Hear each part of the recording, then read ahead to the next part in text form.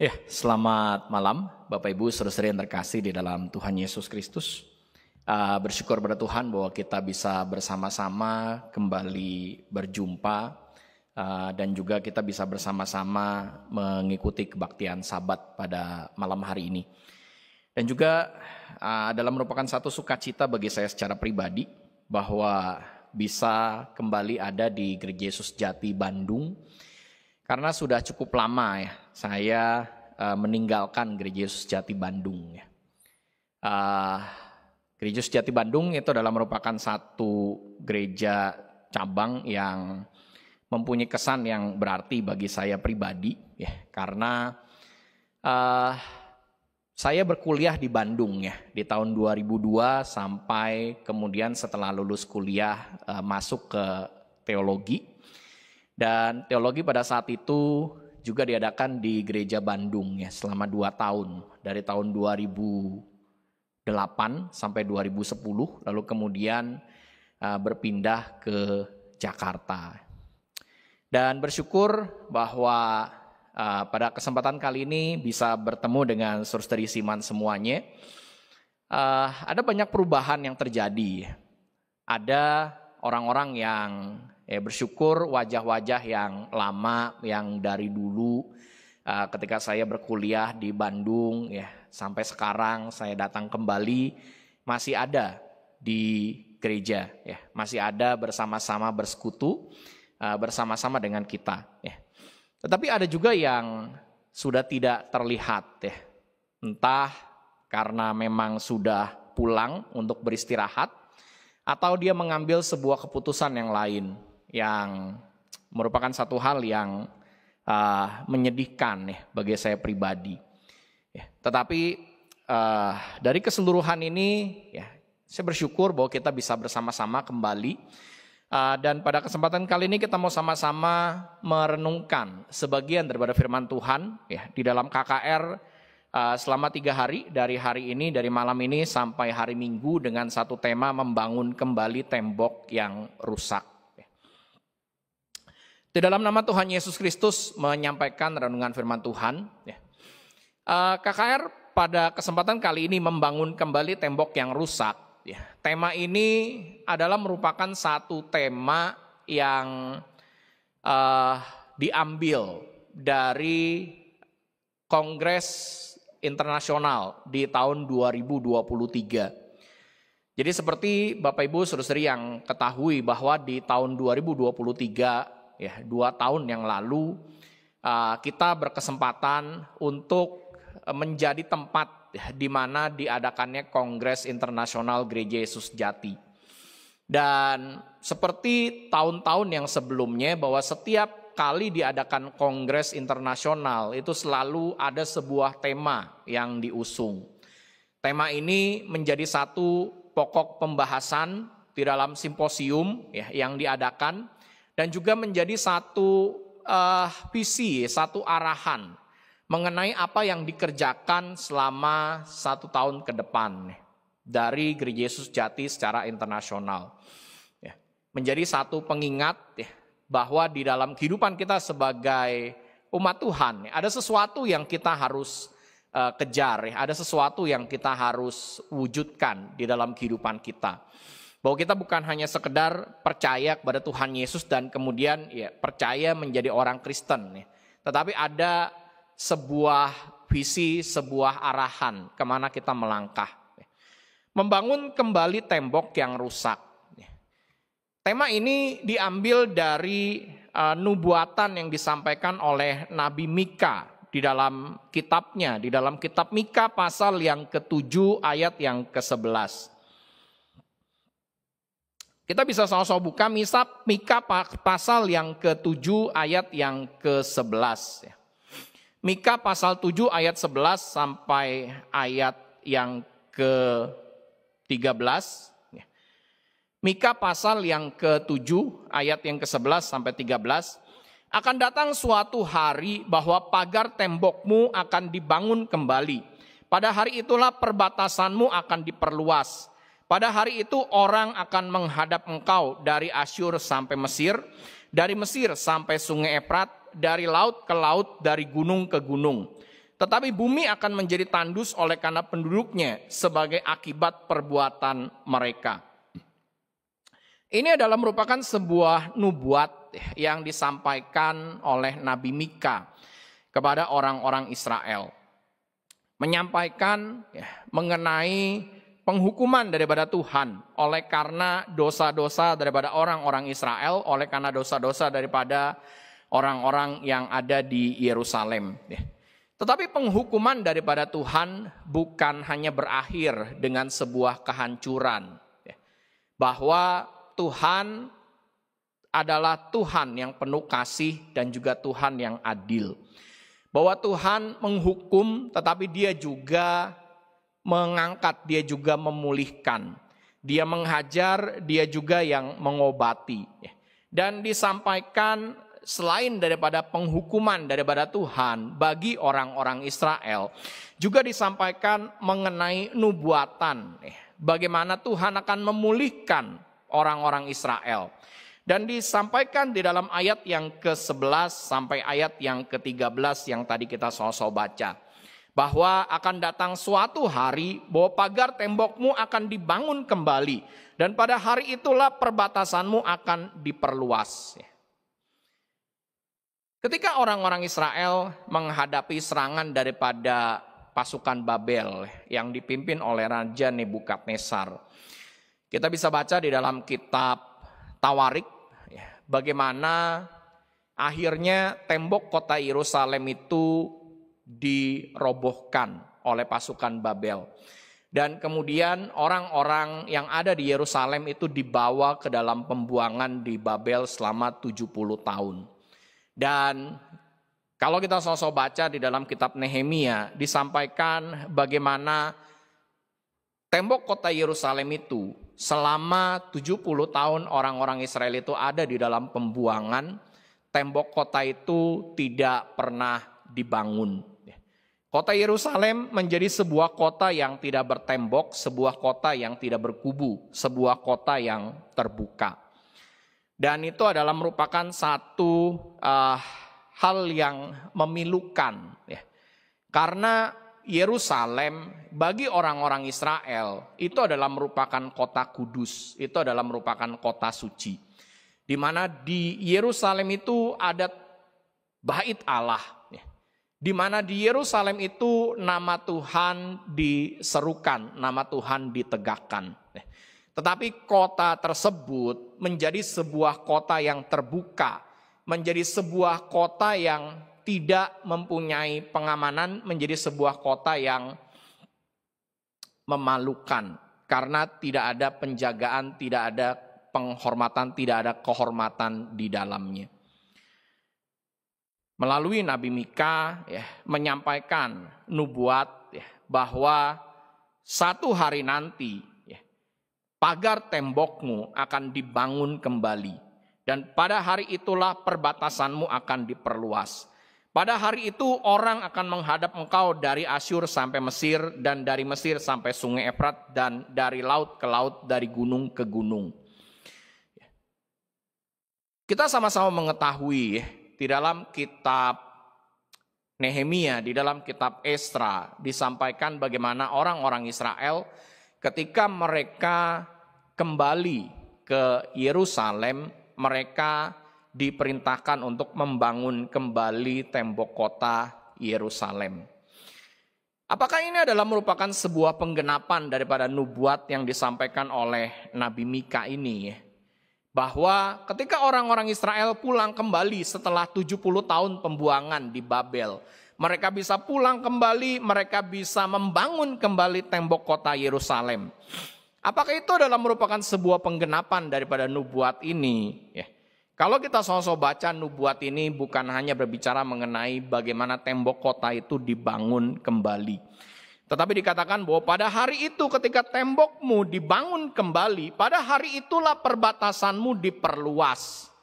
Bahwa pada hari itu orang akan menghadap engkau dari Asyur sampai Mesir, dari Mesir sampai Sungai Efrat, dari laut ke laut, dari gunung ke gunung. Tetapi bumi akan menjadi tandus oleh karena penduduknya sebagai akibat perbuatan mereka. Itulah yang terjadi pada saat itu. bahwa pada hari itu tembok kota Yerusalem dibangun kembali. Pada hari itu perbatasan kota Yerusalem diperluas. Pada hari itu orang menghadap engkau, menghadap ke Yerusalem, datang ke Yerusalem. Dan mereka itu dari Asyur, dari Mesir, dari sungai Efrat, dari laut, dari gunung. Dan selain itu bahwa pada saat itu juga bumi menjadi tandus oleh karena penduduknya, oleh sebab akibat dari perbuatan mereka. Ya. Jadi nubuat ini bukan hanya nubuat mengenai pembangunan kembali tembok kota Yerusalem secara jasmani. Karena ketika zaman Esra, ya, kita bisa sosok baca di dalam kitab Esra bagaimana ketika tembok kota Yerusalem itu dibangun kembali. Orang-orang Israel dalam melakukan pembangunan tembok kota mereka menghadapi rintangan. Mereka tidak bisa langsung membangun dan kemudian menyelesaikan apa yang mereka bangun. Ada masanya di mana mereka harus berhenti membangun. Dan bahkan mereka kemudian tidak berani untuk melanjutkan pembangunan. Sehingga Tuhan mengutus Nabi Hagai dan juga Nabi Zakaria untuk mengingatkan kembali orang-orang Israel untuk melanjutkan pembangunan tembok kota Yerusalem. Kalau kita sama-sama melihat nubuat daripada Mika di dalam Mika pasal yang ke-7 ayat yang ke-11 sampai ayat yang ke-13, nubuat ini bukan hanya berbicara mengenai tembok kota Yerusalem yang ada di tanah Kanaan. Walaupun tembok kota Yerusalem pada zaman Esra sudah dibangun kembali, tetapi itu bukanlah merupakan sebuah penggenapan daripada nubuat yang disampaikan oleh Mika. Ada sesuatu yang lebih dalam daripada Yerusalem sebagai kota yang jasmani, kota yang ada di tanah Kanaan. Dan kita sama-sama melihat apa yang disebut dengan Yerusalem ini. Ketika Mika menyampaikan nubuat, mengatakan di dalam Mika pasal 7 ayat 11, bahwa pada satu hari pagar tembokmu akan dibangun kembali dan pada hari itulah perbatasanmu akan diperluas dan seterusnya. Apa artinya? Bagaimana maksud daripada nubuat tersebut dan bagaimana penggenapan daripada nubuat tersebut? Hal yang pertama yang bisa kita sama-sama melihat, yang bisa kita sama-sama renungkan, bahwa ketika Mika menyampaikan nubuat ini bukanlah dari pemikiran Mika. Mika menyampaikan nubuat ini bukanlah dari dirinya yang percaya kepada Tuhan, bahwa Tuhan akan memulihkan keadaan Yerusalem. Bukan dari pengetahuannya sebagai seorang nabi, tetapi nubuat ini adalah nubuat yang berasal daripada Tuhan. Bukan karena seperti kita kita misalnya mempunyai anak dan kemudian kita melihat bagaimana anak kita tidak rajin belajar, lalu kemudian bagaimana anak kita itu tidak memperhatikan apa yang disampaikan oleh guru-gurunya di kelas. Lalu kemudian kita bisa menyampaikan sebuah pernyataan. Kalau kamu seperti ini terus, tahun ini kamu tidak akan naik kelas. Itu adalah sebuah nubuat. Tetapi nubuat itu adalah berasal dari pengetahuan kita. Karena kita tahu bagaimana anak kita, bahwa dia tidak mau belajar. Karena kita tahu sekolah itu mempunyai sebuah standar penilaian yang harus dicapai baru anak tersebut bisa naik kelas. Dan kita melihat anak kita tidak mau belajar, anak kita tidak memperhatikan pelajaran yang disampaikan di sekolah. Kita kemudian menyampaikan apa yang terjadi di masa depan. Bahwa tahun ini kamu tidak akan naik kelas. Dan kalau anak kita terus berjalan seperti itu, memang anak kita tidak akan naik kelas pada tahun ajaran tersebut. Tapi nubuat Mika bukanlah dengan berdasar seperti itu. Nubuat Mika bukan dengan berdasar karena melihat keadaan daripada orang-orang Israel. Lalu kemudian menyampaikan mengenai apa yang akan terjadi di masa depan. Nubuatan yang disampaikan oleh Mika ini adalah sebuah nubuatan yang berasal dari Tuhan. Bukan dari dirinya, bukan karena pengetahuannya, tetapi adalah merupakan sebuah nubuat dari Tuhan. Dan kita sama-sama melihat bagaimana di dalam Alkitab disampaikan kepada kita semua ketika Tuhan menyampaikan nubuat. Ada sesuatu benang merah yang bisa kita sama-sama tarik daripada nubuat-nubuat atau janji yang diucapkan oleh Tuhan kepada umatnya. Yang pertama kita sama-sama lihat di dalam kitab Kejadian, pasal yang ke-12. Kejadian pasal yang ke-12, ayat yang ke-1 sampai ayat yang ke-3. Kejadian pasal yang ke-12 ayat 1 sampai 3. Berfirmanlah Tuhan kepada Abraham, pergilah dari negerimu dan dari sanak saudaramu dan dari rumah bapamu ini ke negeri yang akan kutunjukkan kepadamu. Aku akan membuat engkau menjadi bangsa yang besar dan memberkati engkau serta membuat namamu masyhur dan engkau akan menjadi berkat. Aku akan memberkati orang-orang yang memberkati engkau dan mengutuk orang-orang yang mengutuk engkau. Dan olehmu semua kaum di muka bumi akan mendapat berkat. Ini adalah merupakan janji daripada Tuhan kepada Abram. Ketika memanggil Abram keluar dari tanah kelahirannya, dari daerah Mesopotamia dan membawa Abram ke tanah Kanaan. Bahwa Tuhan berjanji akan membuat Abram menjadi bangsa yang besar, akan memberkati Abram, dan memberikan tanah Kanaan itu kepada Abram dan keturunannya. Dan apa yang disampaikan di dalam kitab Ibrani? Penulis Ibrani menyampaikan kepada kita semua di dalam Ibrani pasal yang ke-11. Bagaimana Abram menanggapi janji Tuhan itu? Ibrani pasal yang ke-11 ayat yang ke-10. Ibrani 11 ayat 10. Sebab dia menanti-nantikan kota yang mempunyai dasar yang direncanakan dan dibangun oleh Allah. Bahwa kalau kita baca kitab Kejadian, terutama kehidupan daripada Abraham mulai dari pasal 12 sampai pasal yang ke-23, kita bisa menemukan berkali-kali Tuhan menjanjikan kepada Abraham tanah Kanaan kepada dirinya dan kepada keturunannya. Bahwa Tuhan akan memberikan tanah Kanaan menjadi milik pusaka bagi Abram dan juga bagi keturunannya. Penulis Ibrani menyampaikan bahwa ketika Abram mendengar janji daripada Tuhan itu, dia menangkapnya bahwa janji Tuhan bukanlah mengenai tanah Kanaan secara jasmani.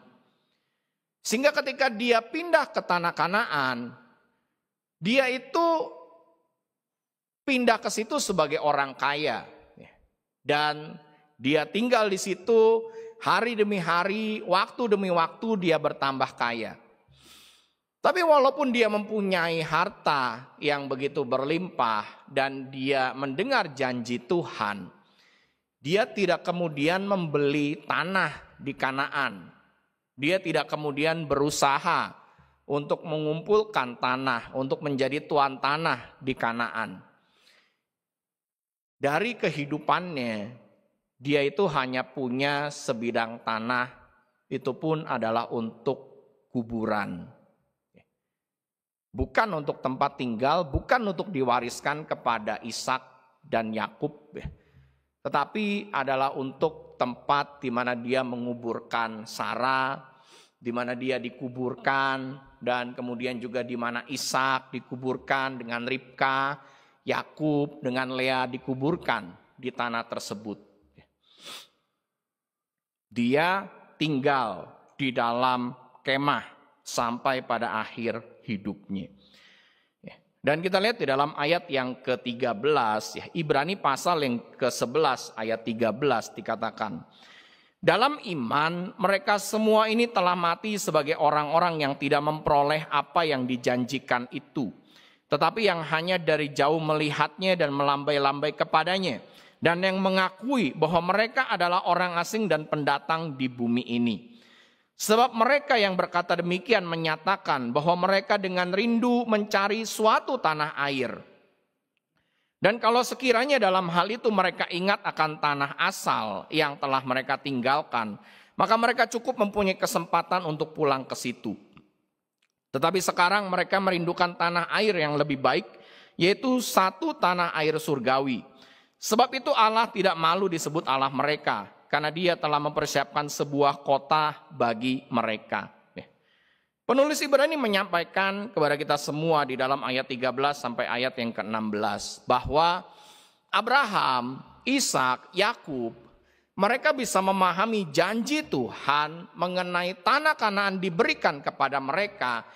Itu bukanlah tanah Kanaan secara jasmani. Karena dikatakan bagi mereka bahwa mereka semua ini mati sebagai orang yang tidak memperoleh apa yang dijanjikan itu.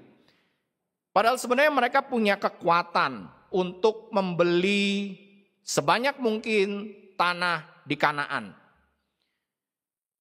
Abraham, Ishak, Yakub, Yusuf itu bukanlah orang-orang miskin. Mereka adalah orang-orang yang mempunyai kekayaan, mereka adalah orang-orang yang mempunyai kemampuan untuk bisa memperoleh tanah di Kanaan. Entah itu dengan cara membeli, entah itu dengan cara kekuatan. Tetapi mereka tidak melakukan semuanya itu. Kenapa? Karena mereka tahu janji Tuhan itu bukanlah sesuatu yang jasmani. Mereka merindukan satu tanah air. Dan tanah air ini bukan tanah air yang jasmani. Karena kalau sekiranya tanah air ini adalah tanah air yang jasmani, mereka itu punya cukup waktu untuk pulang. Abraham itu punya cukup waktu untuk pulang ke Mesopotamia. Ishak, Yakub itu juga punya cukup waktu untuk pulang. Kalau misalnya tanah air yang mereka nantikan, yang mereka cari, itu adalah tanah air secara jasmani. Tetapi mereka tidak melakukan hal itu. Kenapa? Karena mereka tahu bahwa yang dijanjikan oleh Tuhan itu adalah tanah air surgawi yang dibangun oleh Tuhan. Itu yang pertama. Lalu kemudian yang selanjutnya kita lihat di dalam kitab Yohanes pasal yang ke-18. Injil Yohanes pasal yang ke-18 ayat 33. Yohanes pasal 18 ayat 33. Maka kembalilah Pilatus ke dalam gedung pengadilan, lalu memanggil Yesus dan bertanya kepadanya, "Engkau inikah raja orang Yahudi?" Jawab Yesus, "Apakah engkau katakan hal itu dari hatimu sendiri atau adakah orang lain yang mengatakannya kepadamu tentang aku?" Kata Pilatus, "Apakah aku seorang Yahudi? Bangsamu sendiri dan imam-imam kepala yang telah menyerahkan engkau kepadaku. Apa yang telah engkau perbuat?" 36, jawab Yesus, "Kerajaanku bukan dari dunia ini. Jika kerajaanku dari dunia ini, pasti hamba-hambaku telah melawan, supaya aku jangan diserahkan kepada orang Yahudi. Tetapi kerajaanku bukan dari sini." Di dalam kitab Yohanes pasal yang ke-18 ayat yang ke-33 sampai 36 ini, kita bisa melihat bagaimana Yesus mengatakan bahwa kerajaannya itu bukan dari dunia ini. Tuhan menjanjikan Mesias, juru selamat bagi bangsa Israel.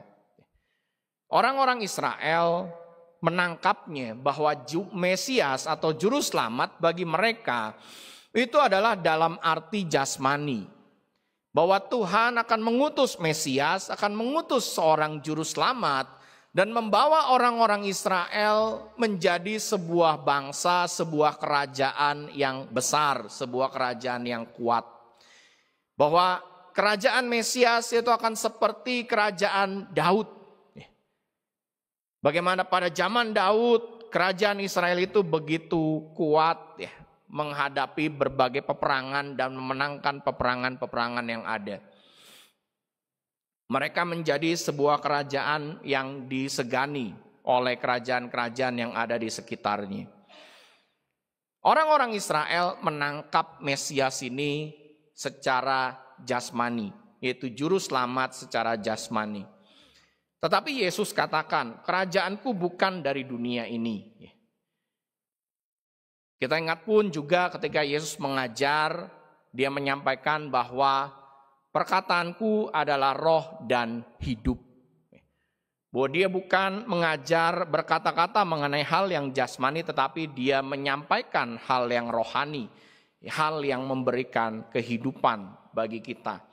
Bukan hidup secara jasmani, tetapi kehidupan secara rohani, yaitu bagaimana hubungan kita dengan Tuhan.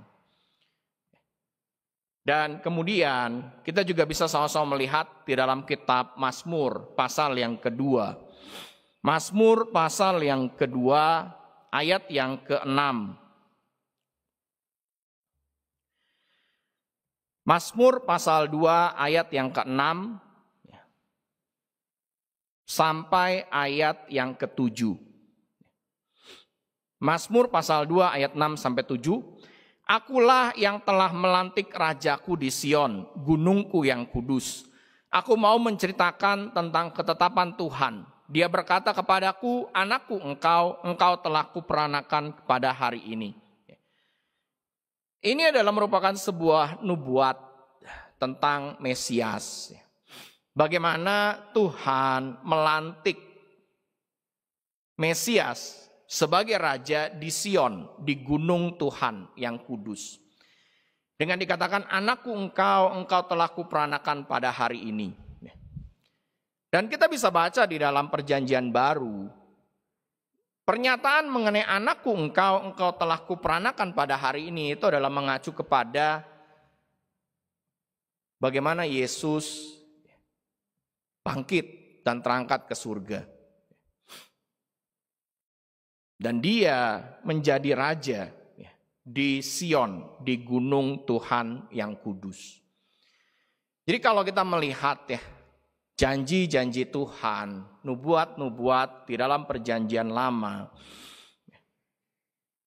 bahwa janji-janji Tuhan, nubuat yang disampaikan oleh para nabi, itu adalah berbicara mengenai hal yang rohani, bukan berbicara mengenai hal yang jasmani.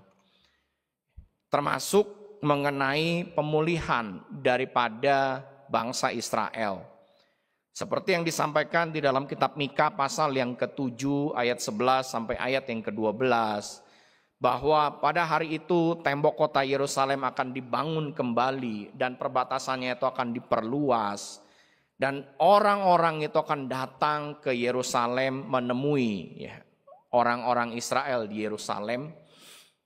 Itu adalah berbicara mengenai hal yang rohani, bukan berbicara mengenai hal yang jasmani. Dan apa yang disebut sebagai Sion, Yerusalem surgawi, yaitu orang-orang Israel. Kita bisa sama-sama melihat di dalam kitab Ibrani pasal yang ke-12 ayat yang ke-22. Ibrani pasal yang ke-12 ayat yang ke-22. Ibrani pasal 12 ayat 22. Tetapi kamu sudah datang ke Bukit Sion, ke kota Allah yang hidup, Yerusalem surgawi, dan kepada beribu-ribu malaikat suatu kumpulan yang meriah. Di sini disampaikan oleh penulis Ibrani kepada orang-orang percaya, kepada orang-orang Kristen. Kamu sudah datang ke Bukit Sion, ke kota Allah yang hidup, Yerusalem surgawi, dan kepada beribu-ribu malaikat suatu kumpulan yang meriah. Yang disebut dengan Sion secara rohani, Yerusalem surgawi, itu adalah gereja. Karena orang-orang percaya atau yang menjadi tujuan daripada penulis Ibrani ini adalah orang-orang percaya, adalah jemaat. Dan dikatakan oleh penulis Ibrani ini kepada jemaat bahwa kamu sudah datang ke Bukit Sion, ke kota Allah yang hidup, Yerusalem surgawi, dan kepada beribu-ribu malaikat, suatu kumpulan yang meriah. Bahwa yang disebut dengan Sion, Yerusalem surgawi, itu adalah gereja. Dan kita juga bisa melihat di dalam beberapa ayat ya, di dalam Wahyu pasal yang ke-14 ya, bagaimana disampaikan ya, mengenai Sion, yaitu gereja ya, adalah umat pilihan Tuhan ya, yang diselamatkan. Dan ini adalah merupakan hal yang rohani atau sesuatu yang rohani yang ada di dalam dunia rohani. Membangun tembok kota yang rusak, ini bukan diartikan secara jasmani, tetapi adalah merupakan sesuatu yang bersifat rohani, yang artinya menjadi satu hal yang bisa kita sama-sama pelajari. Karena kalau ini adalah merupakan sesuatu yang jasmani, ini tidak ada hubungannya dengan kita. Apa hubungan Yerusalem yang ada di Israel, yang ada di yang saat ini sampai saat ini masih menjadi pembicaraan yang panas. Kelompok-kelompok lain menghubungkan Yerusalem dengan kita orang Kristen. Tapi bagi kita, apakah ada hubungan antara kita dengan Yerusalem? Tidak ada. Mereka ya adalah orang Israel secara jasmani. Kita adalah orang Indonesia. Tidak ada hubungan. Sehingga kalau apa yang disampaikan oleh Mika ini adalah sesuatu yang jasmani, ya tentu saja tidak ada hubungannya dengan kehidupan kita. Untuk apa kita 3 hari membahas ya, mengenai tembok kota yang dibangun kembali, kalau misalnya tembok kota itu adalah tembok kota Yerusalem secara jasmani. Tembok kota yang dimaksud di dalam kitab Mika pasal yang ke-7 ayat yang ke-11 ini adalah berbicara tentang gereja. Nah, apa sih tembok kota? Apa artinya tembok kota bagi sebuah kota? Kalau kita sama-sama melihat di dalam Alkitab, ada beberapa hal yang menjadi arti daripada sebuah tembok kota. Kita lihat yang pertama di dalam kitab Yeremia pasal 39. Yeremia pasal yang ke-39 ayat yang ke-1 sampai ayat yang ke-4. Yeremia pasal 39 ayat 1 sampai ayat yang ke-4. Ketika Yerusalem direbut dalam tahun yang ke-9 pemerintahan Sedekia,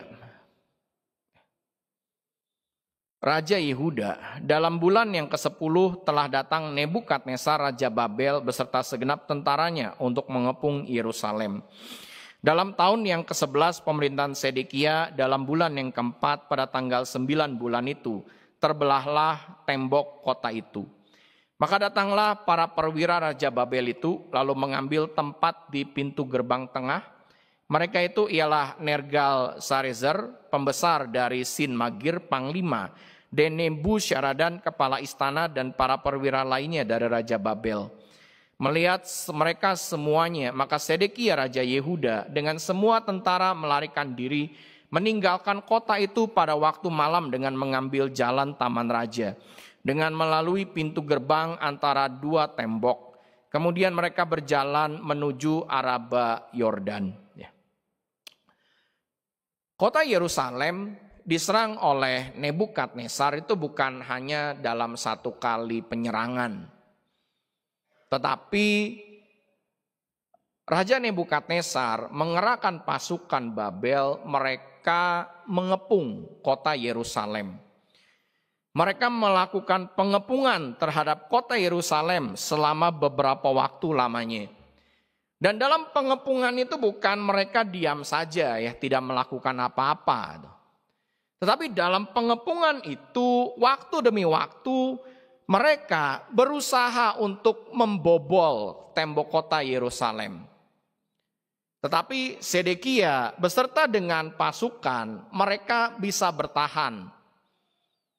Tapi pada satu ketika akhirnya tembok kota tersebut jebol.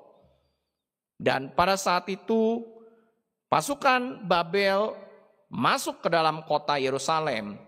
Dan saat itu Sedekia yang sudah beberapa waktu lamanya menghadapi pengepungan daripada Raja Babel, kemudian melarikan diri dari kota Yerusalem. Kenapa? Kenapa dia yang sudah beberapa waktu lamanya menghadapi pengepungan daripada pasukan Babel, akhirnya kemudian ketika tembok kota itu roboh, dia kemudian melarikan diri. Karena tidak ada lagi keamanan di dalam kota tersebut. Ketika tembok kota itu masih berdiri, memisahkan antara pasukan Babel dengan orang-orang di dalam kota Yerusalem, masih ada rasa aman. Walaupun mereka tidak bisa keluar dari kota Yerusalem, walaupun mereka mempunyai keterbatasan makanan, walaupun mereka mempunyai keterbatasan minuman, keterbatasan air, walaupun mereka hari demi hari menghadapi serangan daripada pasukan Babel, tapi mereka masih bertahan karena ada tembok kota yang berdiri. Tetapi begitu tembok kota itu hancur, tidak ada lagi keamanan di kota Yerusalem, mereka pergi dari kota Yerusalem. Tembok kota menjadi sebuah pengaman bagi orang-orang yang ada di dalam kota itu. Memberikan rasa aman, memberikan rasa tentram. Bahwa mereka bisa aman dari ancaman penjahat, mereka bisa aman dari serangan binatang buas, mereka bisa aman dari serangan musuh. Bahkan kalau kita baca di dalam perjanjian lama ya, dalam peraturan yang diperintahkan, yang dikeluarkan oleh Tuhan pada orang-orang Israel, mengenai seseorang yang melarikan diri, mereka itu bisa dikejar oleh penuntut balas hanya sampai batas kota orang Lewi. Begitu mereka masuk, begitu orang yang melarikan diri ini masuk ke kota orang Lewi, ke kota perlindungan, maka mereka penuntut balas itu tidak bisa lagi mengejar orang tersebut. Ini adalah juga merupakan sebuah contoh yang lain ya, yang memberitahukan pada kita semua manfaat daripada tembok kota atau arti peranan daripada tembok kota itu adalah memberikan sebuah rasa aman bagi orang-orang yang ada di dalam kota itu. Itu yang pertama. Lalu kemudian yang kedua, kita lihat di dalam kitab Nehemia pasal yang ke-1 ayat yang ketiga. Nehemia pasal 1 ayat yang ketiga.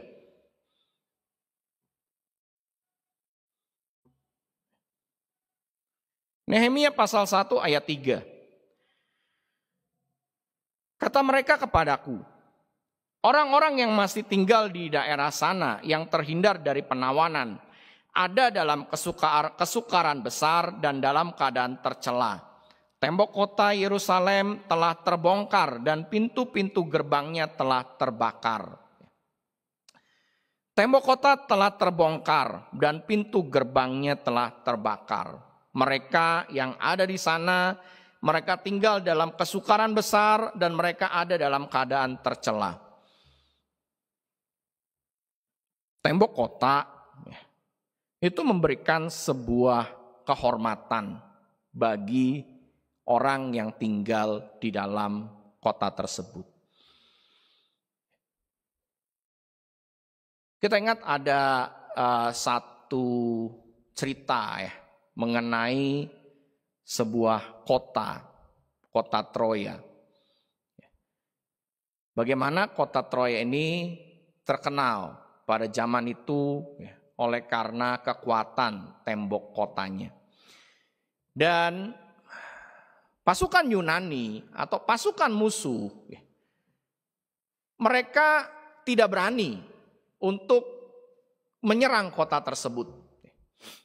Dan banyak sebelum akhirnya tembok kota itu hancur, banyak raja-raja, penguasa-penguasa daerah yang telah mencoba untuk mengerahkan kekuatan, tetapi tidak bisa menghancurkan kota Troy itu oleh karena tembok kotanya yang kuat. Dan kota Troy itu menjadi kota yang terkenal adalah karena memiliki tembok kota yang kuat, yang tidak bisa ditembus oleh pasukan musuh. Jadi tembok kota memberikan sebuah martabat, memberikan sebuah kehormatan. Karena tidak sembarangan orang bisa masuk, tidak sembarangan orang bisa bertindak oleh karena adanya tembok kota itu. Di tembok kota itu menjadi sebuah penyaring siapa yang bisa masuk ke dalam kota tersebut. Dan tentu saja ketika kota itu tidak bisa sembarangan dimasuki oleh orang, ada sebuah kehormatan bagi kota tersebut. Nah,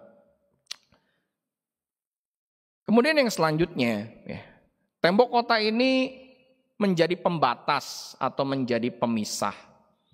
Kita lihat di dalam kitab Yehezkiel pasal yang ke-42. Yehezkiel pasal yang ke-42 ayat yang ke-20. Yehezkiel pasal 42 ayat yang ke-20. Keempat sisinya diukur, sekeliling lingkungan itu ada tembok. Panjangnya 500 hasta dan lebarnya 500 hasta untuk memisahkan yang kudus dari yang tidak kudus. Bahwa tembok kota itu menjadi pemisah, menjadi pembatas. Ketika tidak ada tembok kota, tidak ada batasan, ada orang di luar, ada orang di dalam. Tetapi ketika ada tembok yang berdiri, maka kemudian ada pemisahan, ada pembatas. Ada definisi orang di dalam tembok, ada orang di luar tembok. Dan di sini dikatakan di dalam kitab Yehezkiel bahwa tembok itu memisahkan yang kudus dari yang tidak kudus. Artinya yang ada di dalam kota itu adalah yang kudus. Yang tidak kudus tidak bisa masuk ke dalam kota. Kenapa? Karena ada tembok yang berdiri, yang memisahkan. Itulah peranan daripada tembok, menjadi pemisah, menjadi memberikan kehormatan atau memberikan martabat, dan memberikan rasa aman bagi orang-orang yang ada di dalam kota tersebut. Nah, apa artinya bagi kita semua di dalam kehidupan kita? Karena kembali, kota Yerusalem atau Sion ini adalah merupakan satu hal yang rohani bagi kita semua, bahwa seperti dikatakan di dalam kitab Mika pasal yang ke-7 ayat 11 sampai ayat yang ke-12 sampai ayat yang ke-13, bahwa dijanjikan oleh Tuhan suatu hari nanti tembok kota itu akan dibangun kembali. Tembok kota yang rusak itu akan dibangun kembali, dan pada saat itu batasan daripada orang Israel diperluas. Apa itu tembok kota? Tembok kota yang menjadi pemisah antara kita, antara yang kudus dengan yang tidak kudus. Kita sama-sama coba renungkan dengan berjalannya KKR yang kita ikuti sampai hari Minggu. Apa yang menjadi tembok kota bagi kita yang kita bangun sesuai dengan nubuat daripada Tuhan? Kita sama-sama istirahat 5 menit, kita tundukkan kepala, kita berdoa di dalam hati.